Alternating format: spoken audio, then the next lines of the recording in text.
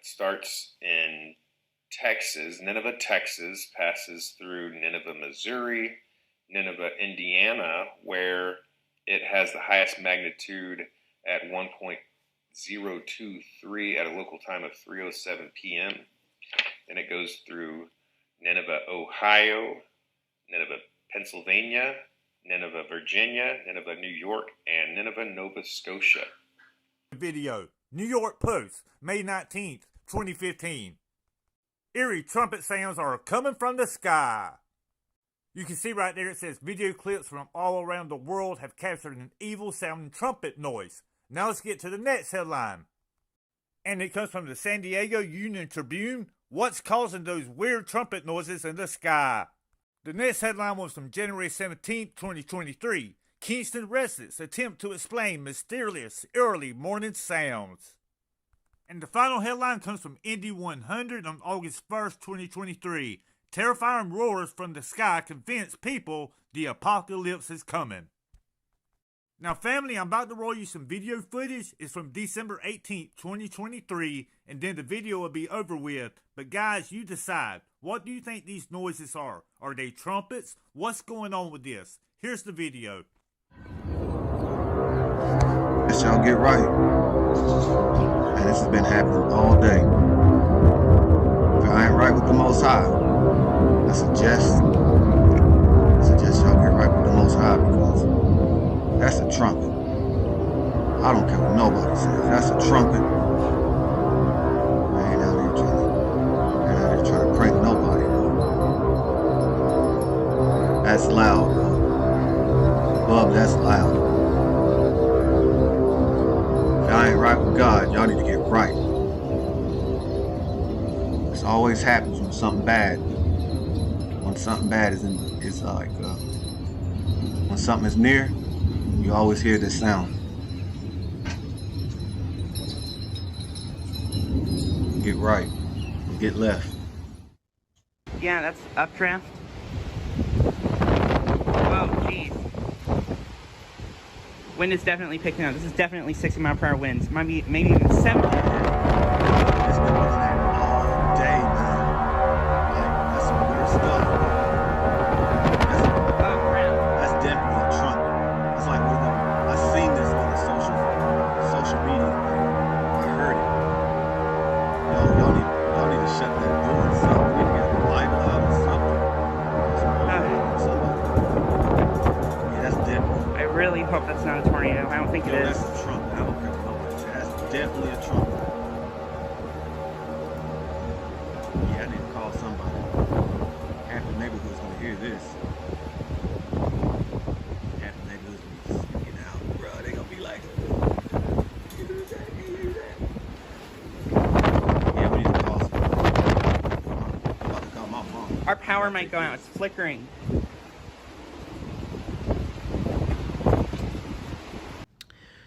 This is the book of St. Matthew, chapter 24, verse 38. And it reads, "For as in the days that were before the flood, they were eating and drinking, marrying and giving into marriage, until the day that Noah entered the ark, and knew not until the flood came, and took them all away, so shall also the coming of the Son of Man be. Then shall two be in the field, the one shall be taken, and the other left. Two women shall be grinding at the mill, the one shall be taken, and the other left. Watch therefore, for ye know not what hour your Lord doeth come." Shalom. First and foremost, I want to give all praise, all honor, and all glory to Yahweh, Bahashem, Yahushai, Bahashem, Rachakodash. I also want to give double honors to our apostles and the elders of Great Millstone, which do rule well through the Holy Spirit. And I want to say peace, blessings, and salutations unto you elect across the four winds of this earth, fulfilling your lots in all truth and all sincerity. I'm the brother Sha'ar from the Great Millstone Doubters branch, coming to you all with another lesson, which is inspired by the Holy Spirit. And Lord willing, this lesson here will be edifying unto the flock. All right, and what was just read here was the book of Matthew, the 24th chapter. And I started reading verses 37, and I read all the way on down to verse 42. And as you all seen the compilation of, or the clips, I'd rather say, in the beginning of this lesson here, just going more so into the signs and wonders that were promised to be revealed in these last days, in these last few moments of these last days that our Lord promised would transpire here within the last few moments before our Lord makes his grand return. All right. And as it's read here in verse 37 in chapter 24 in Matthew, it makes mention to the days of Noah and the different signs and such that was on the earth. And he makes mention the spirit that people was in. All right. It says drinking, eating, marrying, and giving into marriage. Naturally, it's going into the spirit of surfeiting. As we obviously know, drinking and being merry isn't wrong at all.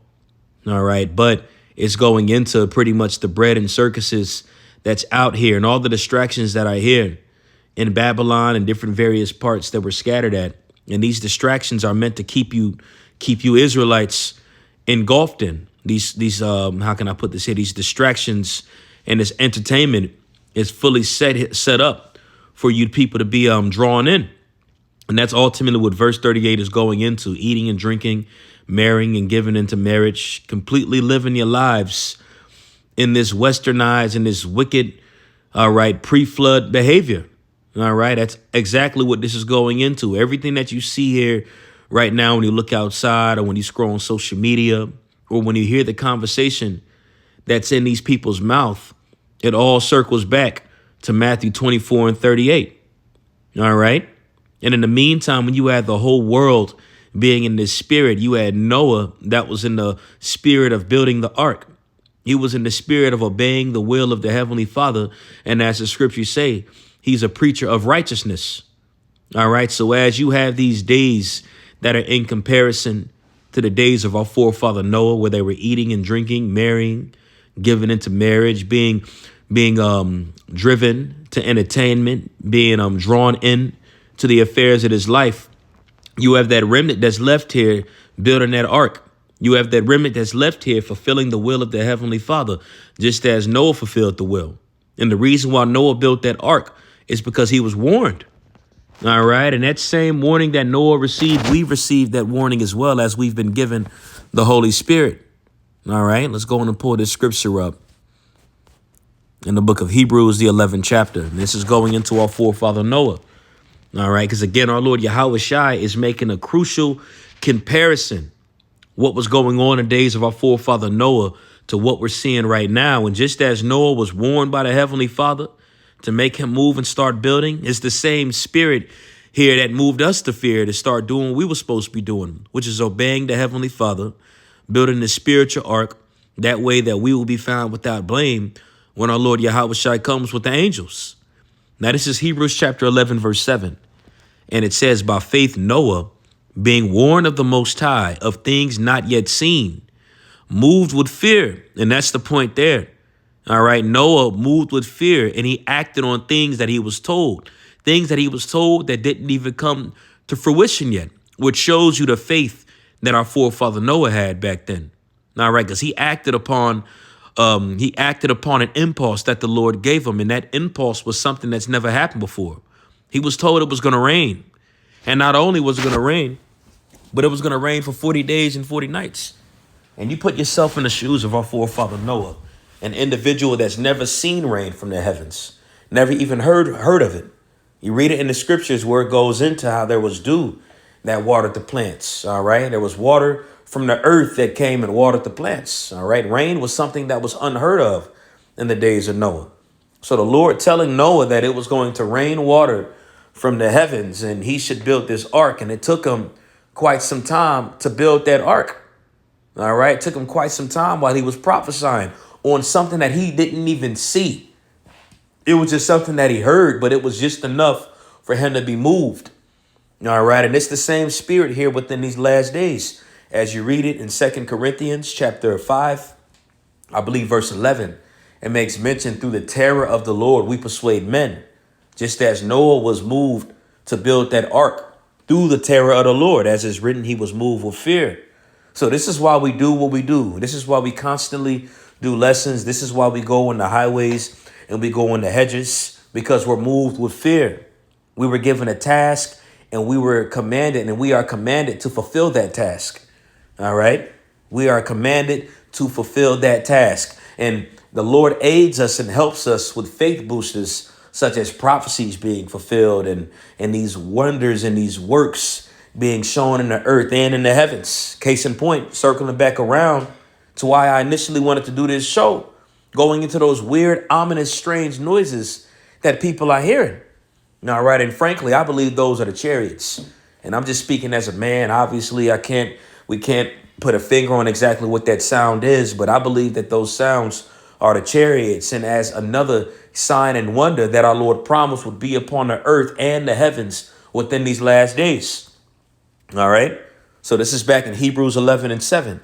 And it says, by faith, Noah, being warned of the Most High of things not seen as yet, moved with fear, prepared an ark to the saving of his house, by the which he condemned the world and became heir of the righteousness which is by faith. So Noah was moved to build that ark by fear. All right. And he acted upon faith to go in and do that. And best believe when it rained and he went up in that ark, that was that moment right there where everything that he done, everything that he preached, everything that he talked about, that investment that was made in the heavens that Noah acted upon, it was paid in full when it started to rain. All right. And just as that investment went to pass with all the years of toiling and prophesying and preaching that our forefather Noah did, eventually it came to pass. All right. It was to the point where it was continuous signs and wonders that happened where eventually it rained. All right. And that's exactly what we're waiting for. We're waiting for that investment that we've made to come to pass in the form of the MOTB being reissued, which we're seeing that in the works right now. They're pushing this whole artificial intelligence world, this whole digitalized AI world. All right. And these are all things that was talked about, especially here within these last days. Hell, you read it in the book of Daniel, the 12th chapter.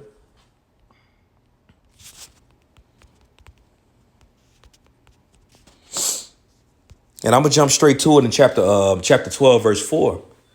And it says in Daniel 12:4, but thou, O Daniel, shut up the words and seal the book, even to the time of the end. Many shall run to and fro, and knowledge shall be increased. So right now we're living in the epitome of increased knowledge. We're living in an AI digitalized world, and it's going to get so advanced, or their plans, I'd rather say, is it to get so advanced to the point where if you're against it, and if you don't agree with it, well, that makes you an enemy. All right. And eventually what they plan on doing is pretty much killing off you all that are not a part of this new world order. All right. And just as you had Noah that was in the background in the ancient world, prophesying and speaking against that ancient order that was that was erected back then, that was created then. You had Noah that was prophesying and telling the sons of God that they was going off, the sons of the wicked, who they were. All right. Hebrews the 11th chapter tells you the spirit Noah was in, and it said that he condemned the world as he was a preacher of righteousness. Noah was in the spirit of condemning the world. And how much more is it condemned in the most wicked time to ever exist?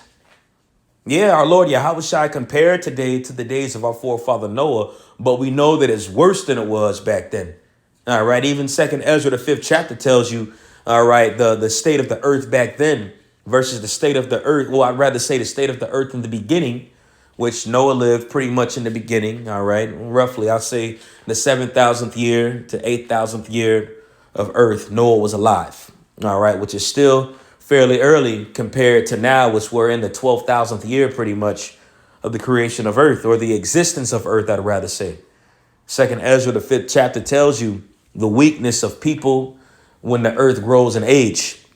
All right. So as you have people in the most weakest state, the most feeble state, all right, there's also more sin that's in the world. All right. The scriptures say the wages of sin is death.